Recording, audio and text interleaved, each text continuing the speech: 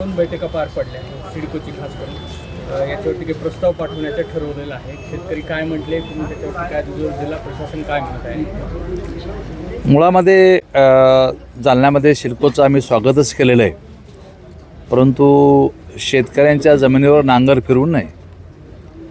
जे मूळ शेतकरी आहेत त्या मूळ शेतकऱ्याला न्याय मिळावा यासाठी मी शेतकऱ्यांना या ठिकाणी घेऊन आलेले आहे. सिडको हे 247 हेक्टरमध्ये या ठिकाणी होतं. 200 हेक्टरच्या लोकांनी संमती दिलेली आहे. उर्वरित ज्या लोकाला येलो झोनचे रहिवाशी प्रमाणे पैसे मिळालेत त्याचप्रमाणे या 46 हेक्टरला पैसे मिळावेत अशा प्रकारची मागणी मी माननीय जिल्हा प्रशासन, जिल्हाधिकारी, सिडकोचे अधिकारी आणि SDO यांच्याकडे ही मागणी केलेली आहे आणि त्यांना पॉझिटिव्हली प्रस्ताव वर शासनाकडे पाठवायला सूचित केलेलं आहे. माझ्या म्हणण्याप्रमाणे त्यांनी हा प्रस्ताव तातडीनं 2-3 दिवसामध्ये तयार करतील आणि सिडको आणि महाराष्ट्र शासनाला प्रस्ताव जाईल. मला खात्री आहे की वरच्या पातळीवर हा प्रश्न मी सोडू शकेल. खाते वाटप झाले, पालकमंत्री पदाचं काय? समृद्धी महामार्गाच्या संदर्भामध्ये जालना नांदेड खरं तर या शेतकऱ्यांना 12 लाख रुपये एकर अशा प्रकारचे दर काही लोकांना निघाले, काही लोकांना 14 लाख रुपये एकरचे दर निघाले. त्याच गावामध्ये 1 कोटी रुपयाचे खाजगी दर आहेत आणि मग 12 लाख रुपयाने कोण त्या ठिकाणी जमीन देणार आहेत?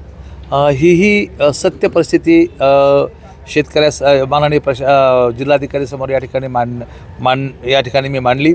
मला असं वाटतं की याचाही रिपोर्ट तातडीनं सरकारला पाठवा, वस्तुनिष्ठ रिपोर्ट सरकारला पाठवा अशा प्रकारची सूचना मी या बैठकीमध्ये मांडली आणि मला असं वाटतं की लवकरात लवकर माननीय एकनाथ शिंदेसाहेब या विभागाचे मंत्री यांच्याकडं शेतकऱ्यासह एक बैठक मी तातडीनं बोलायला लावतो आणि यावरसुद्धा तातडीनं निर्णय या ठिकाणी घेऊ.